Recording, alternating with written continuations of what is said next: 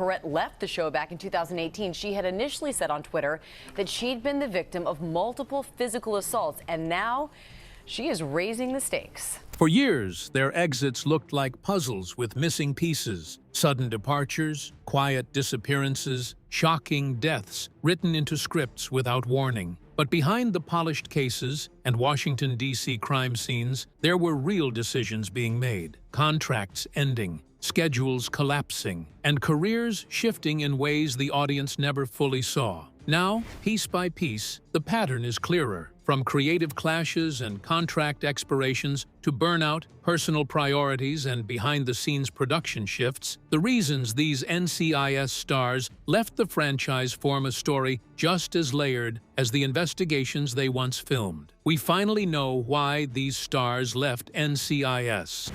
Number 14. Pauley Perrette. The lights on the NCIS set had barely changed in 15 years, but behind the scenes, something had. Pauley Perrette was Abby Sciuto, the Gothic forensic scientist who had been there since day one in 2003, surviving cast shakeups, ratings wars, and more than 350 episodes. By the time season 15 rolled around, she was one of the last original pillars still standing. And then, suddenly, in October 2017, she left. No warning, no build-up, just a message. The decision had already been made a year earlier. At first, it sounded routine. 15 years is a long run in television, and even co-star Mark Harmon acknowledged that people move on. But this wasn't a quiet goodbye. By May 2018, when Abby's final episodes aired, rumors were wild. Pauley Perrette of NCIS has come forward saying she's terrified of co-star Mark Harmon, suggesting he's the reason she left the show. Reports began circling about a 2016 incident involving Harmon's dog biting a crew member. Then came the tweets. Perrette spoke of fear, of feeling unsafe, even hinting at multiple physical assaults. The network, CBS, confirmed concerns had been raised and investigated, but publicly stated the matter was resolved. What wasn't resolved was the atmosphere. By the end, the once iconic Abby Gibbs dynamic had vanished from the screen entirely. Behind the lab coats and neon lights, Perrette, who once called fame dehumanizing, walked away not just from a role, but from an entire industry. By 2020, she stepped back from acting altogether, choosing what she later described as a more authentic life away from Hollywood. Shocking, right? Well, there's a lot more from where that came. Number 13. Muse Watson. When Muse Watson stepped into NCIS as Mike Franks, first appearing in the Season 3 finale, he brought something the show didn't have before: history. A former NIS agent, a Marine, and most importantly, the man who trained Gibbs. Franks was the past walking into the present, a link to cases, wars, and decisions that shaped everything. By the time he became a recurring presence, Franks had carved out a reputation as the show's wild card. He wasn't bound by rules, rarely followed protocol, and often operated out of Mexico, drifting in and out of investigations. Across multiple seasons, he became one of the most important supporting figures in Gibbs's life. Not a partner, not a colleague, but a mentor. Then came Season 8, 2011. The episode, Swan Song. The case, the port-to-port killer. What followed was a calculated loss. Franks, already revealed to be suffering from lung cancer, stepped into a final confrontation and was killed in action. He was stabbed during a fight. It felt less like defeat and more like a chosen ending. Behind the scenes, this was a creative decision. Years later, producers admitted regret, acknowledging that killing Franks closed the door on countless future storylines. And yet, he never really left. Through hallucinations, flashbacks, and memory, Franks lingered. Number 12. Michael Weatherly. He was there from the beginning when NCIS first launched in April 2003, and even before that, when the character crossed over from JAG. Michael Weatherly wasn't just part of the cast. As Tony DiNozzo, he became the pulse of the team. 13 seasons, over 300 episodes, a character built on charm, sarcasm, and instinct, operating out of Washington, D.C., under Gibbs' command. By the mid-2010s, NCIS was the #1 drama in the world. Weatherly was one of the reasons why. Then came January 5th, 2016. CBS confirmed Weatherly would leave at the end of season 13.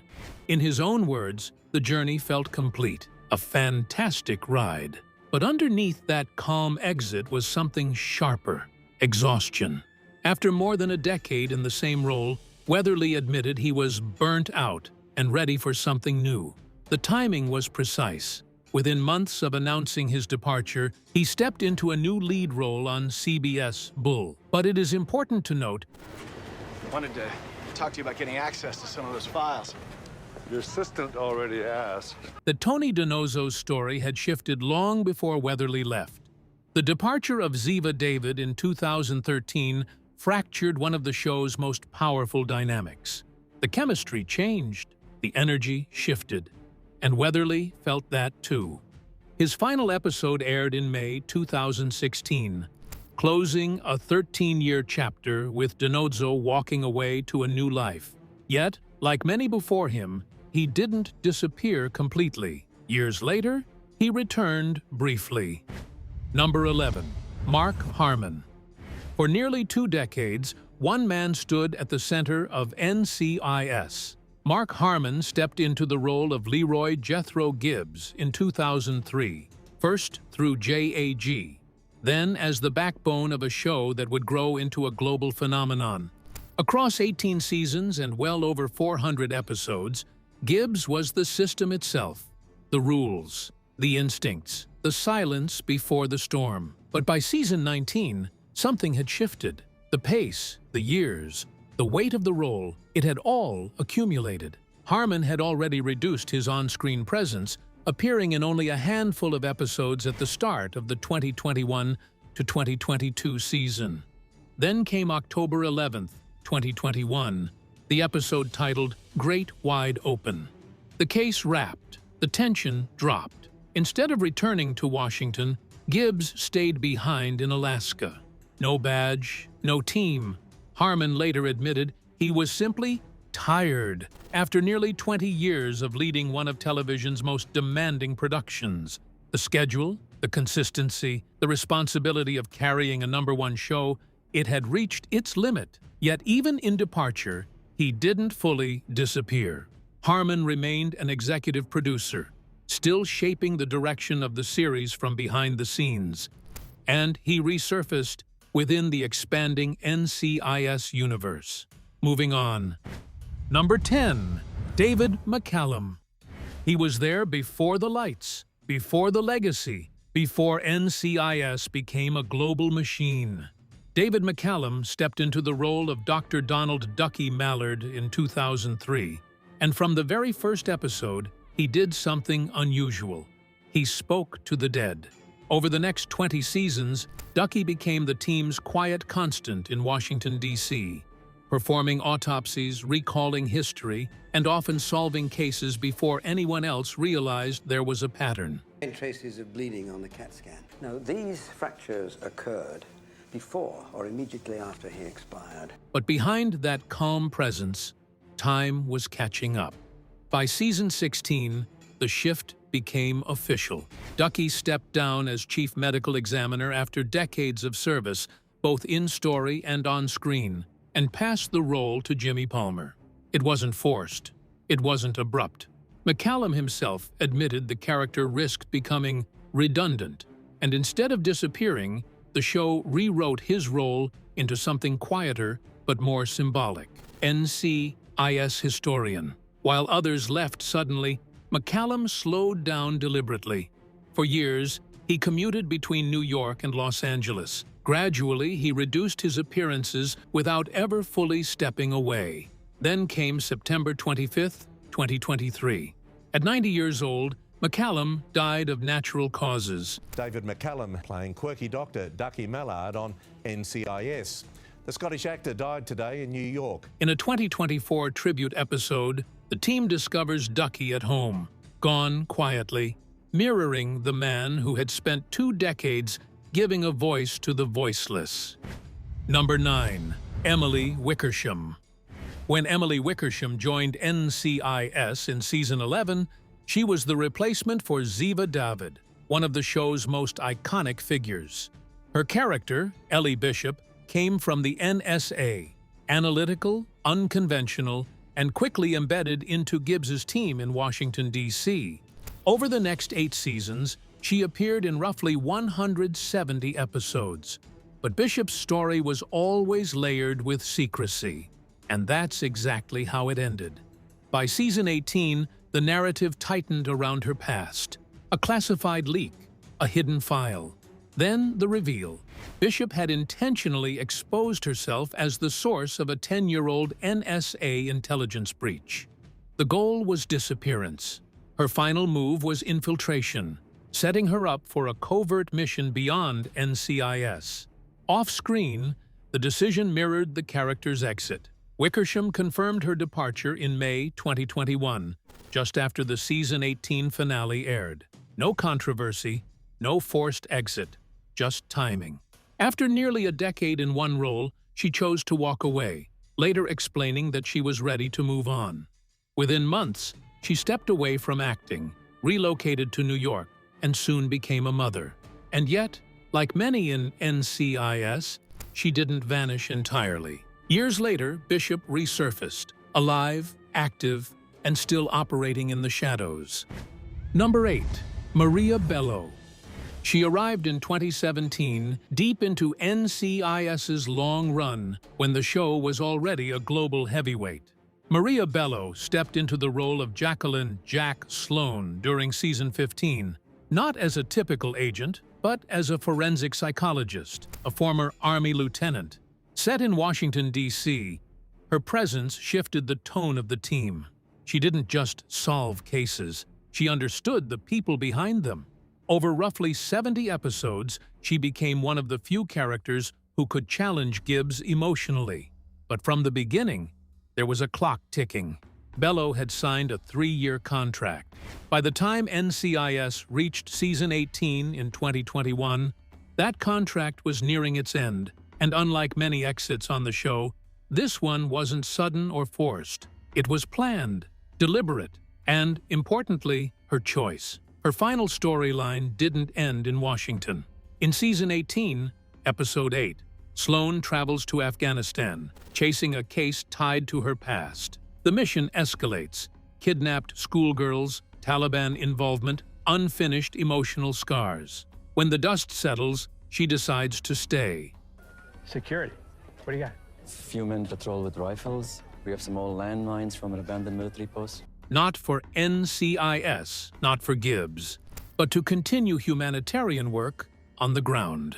Behind the scenes, Bello simply chose not to renew her contract. Number 7. Sasha Alexander. She was there at the beginning. Sasha Alexander played Caitlin "Kate" Todd, a former Secret Service agent turned NCIS special agent and a moral counterweight to Gibbs's instincts. In just 2 seasons and exactly 49 episodes, she became one of the show's core pillars. But behind the scenes, the pace was relentless. Network television in the early 2000s was machine-like. 24 episodes a year, nearly 10.5 months of filming, with days stretching up to 17 hours. Alexander later admitted the workload was unsustainable. She hadn't signed up for that intensity, and by the end of Season 2, she wanted out. The exit itself didn't come quietly. May 2005, Season 2 finale, Twilight. One moment, Kate is standing with her team. The next, a sniper's bullet fired by terrorist Ari Haswari ends her life instantly. No warning, no goodbye. It was one of the earliest and boldest decisions the show ever made, killing a main character at the height of rising popularity. Behind that moment was a negotiation. Showrunner Donald Bellisario allowed her to leave rather than force her to continue. Her death reshaped the entire series. It opened the door for Ziva David and altered team dynamics for years to come. After leaving, Alexander returned to television as Dr. Maura Isles in Rizzoli and Isles. But wait, there's more from where that came. Number 6. Cote de Pablo. When Cote de Pablo debuted as Ziva David in Season 3, she wasn't just replacing a fallen agent. She was redefining the team. An Israeli Mossad officer turned NCIS agent. Operating out of Washington, D.C., Ziva brought precision, language skills, and a dangerous unpredictability that quickly made her one of the show's most powerful characters. Over 8 seasons and more than 180 episodes, she became central to the series' global identity. But the exit didn't unfold like a storyline. In July 2013, just weeks before filming for Season 11, CBS confirmed she would not return as a full-time cast member. The timing alone raised questions. Contracts had been renewed. The show was still dominating ratings. And yet, one of its most important characters was suddenly stepping away. Officially, it was her decision. Unofficially, the reason stayed buried, at least at first. De Pablo later revealed that the scripts and direction of Ziva's character weren't good enough, hinting at creative disagreements behind the scenes. Her final episode aired in September 2013. Ziva returns to Israel. Then, 6 years later, Ziva reappeared alive and operating in the shadows. Number 5. Lauren Holly. When Lauren Holly first appeared as Jennifer Jenny Shepard in Season 3, she was the director of NCIS, the first woman to ever hold that position in the show's universe. Her presence immediately changed the power balance between Gibbs and headquarters. Over 3 seasons, she appeared in roughly 40-plus episodes. By Season 5, that tension had hardened into something irreversible. Jenny's arc became increasingly entangled with the shadow of the Frog, an international arms dealer tied to her father's death. The storyline pushed her into riskier field decisions, including embedding Tony DiNozzo undercover. The pressure peaked during the season's final arc, when NCIS expanded production under the constraints of the 2007 to 2008 Writers Guild strike, forcing tighter storytelling and unresolved threads. Writers Guild of America voted overwhelmingly last night to authorize a strike to work out a new contract with producers. The final case unfolded across Judgment Day Parts 1 and 2, airing May 20th, 2008, where Jenny traveled to an abandoned diner in the Mojave Desert, California, to confront a long-running arms network. The mission collapsed into a multi-assailant shootout. She was fatally wounded in the crossfire. Her death marked a historic turning point. She became the first NCIS director killed in the line of duty. Immediately, she was replaced by Leon Vance in the aftermath. Moving on. Number 4. Duane Henry. Duane Henry joined NCIS in Season 13 as Clayton Reeves, an MI6 officer reassigned to the NCIS International Desk in Washington, D.C. The character was originally created by showrunner Gary Glasberg, designed as a fresh intelligence bridge between U.S. and U.K. operations. Within 2 seasons, Reeves appeared in roughly 30-plus episodes. Then, the structure behind the character collapsed. In 2016, Gary Glasberg died suddenly during production of Season 14. The executive producer of the television show NCIS, Gary Glasberg, died in his sleep. He was 50 years old. That loss created a ripple effect inside the writer's room, especially for Reeves, whose entire narrative direction had been tied to Glasberg's vision. By May 2018, the decision was made in the most irreversible way possible. In a late-night alley sequence in Washington, D.C., a hired hitman targeting Abby opens fire. Reeves steps in without hesitation and is shot, dying moments later while saving her life. Abby survives. Reeves does not. Behind the scenes, Henry later described the decision as partly shaped by the uncertainty after Glasberg's death and the lack of a long-term creative plan for the character. What made it even more striking was the timing. His death aired in the same emotional stretch as Pauley Perrette's final episode as Abby Sciuto, creating a double departure moment. Number 3. Lucas Black. Lucas Black joined the franchise's New Orleans branch in 2014 as Special Agent Christopher LaSalle, one of the original core team members under Scott Bakula's Duane Pride in New Orleans, Louisiana. But if you've been keeping up with the past seasons, then you already know that Alabama has one of their own starring in the show, and that is Lucas Black. From the pilot onward, LaSalle was written as a frontline field agent, deeply tied to his family history in Alabama and driven by personal stakes. Across roughly 6 seasons, he appeared in about 120-plus episodes, becoming one of the most consistent faces of the spin-off. But behind the camera, the schedule was relentless. Television production on a CBS procedural like NCIS. New Orleans often meant 60 to 70-hour work weeks, with long location shoots across Louisiana's swamps, docks, and urban crime scenes. That pace eventually became the pressure point. In interviews, Black admitted that the industry's demands were pulling him away from his wife and 3 children in Texas. The exit came in Season 6, Episode 6, which aired in 2019. The storyline was abrupt and final. LaSalle tracked a substance ring in Alabama tied to his brother's murder, pushing the investigation to a remote cabin. There, a gunman entered first. The shot sequence was immediate. LaSalle was hit and died on site. CBS and showrunners later confirmed the departure was aligned with Black's request to prioritize family life. He didn't disappear from the screen entirely. He returned briefly to the Fast and Furious franchise as Sean Boswell in F9, while also shifting focus toward smaller projects and personal ventures, including faith-based films and independent work. Number 2. Zoe McLellan. Zoe McLellan debuted in 2014 as Special Agent Meredith Mary Brody, one of the original core team members when the spin-off launched in New Orleans, Louisiana. This very room is filled with a lot of action as they film for NCIS New Orleans Season 3.